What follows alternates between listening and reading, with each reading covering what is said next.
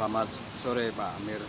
Kami dari Kayodata Arema YouTuber ingin menanyakan komentar Bapak mengenai hasil rapat dengar pendapat Komisi 7 DPR RI yang membahas masalah investasi PT Freeport Indonesia. Silakan. Ya, kalau kita membaca hasil rapat Komisi 7 dengan pemerintah, di sana sangat terlihat jelas bahwa sekalipun berulang kali dan sejak lama pemerintah menyatakan bahwa sudah melakukan investasi di Freeport dan 51% saham PT Freeport itu sudah menjadi milik Indonesia, ternyata ini kan sesuatu yang hoax saja. Jelas kemarin pengakuan dari Direktur Inalum sendiri bahwa belum 1 sen pun Inalum yang diberi tugas oleh pemerintah membayar kepada Freeport.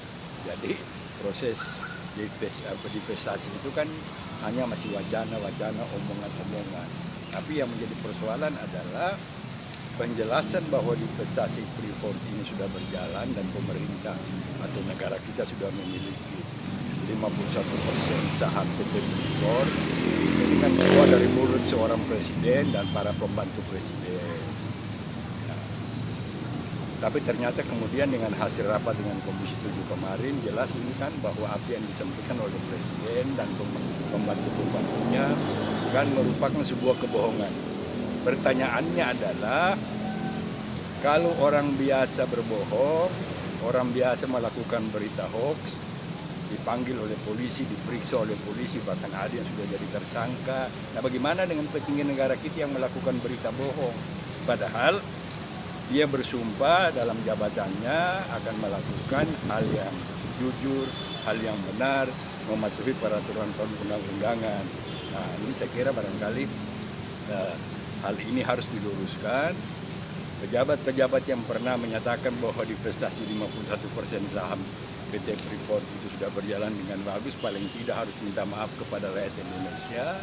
Tapi ada satu hal bahwa Undang-Undang Dasar 45 khususnya pasal 7 dan pasal 7A menjelaskan bahwa Presiden tidak boleh melakukan hal yang tidak terpuji. Jadi perilaku tidak terpuji dari seorang Presiden menurut konstitusi kita dapat menyebabkan dia di-impeach oleh MPR.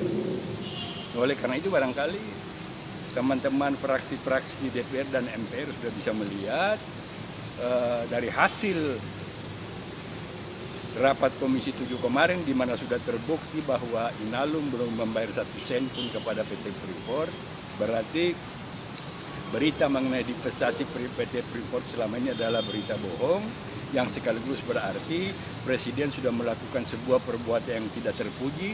Sekarang tergantung teman-teman di DPR yang juga sekaligus merupakan anggota MPR untuk melakukan haknya. Paling tidak saya pikir barangkali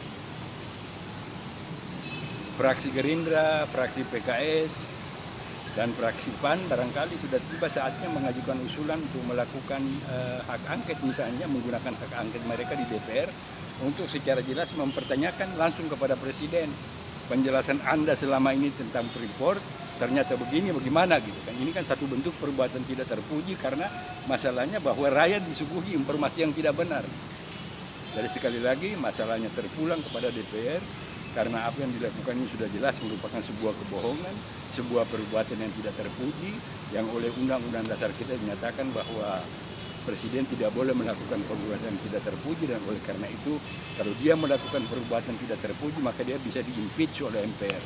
Jadi tergantung kepada teman-teman partai politik yang wakil-wakilnya ada di DPR dan MPR. Saya kira demikian. Oke, terima kasih atas pendapatnya Pak.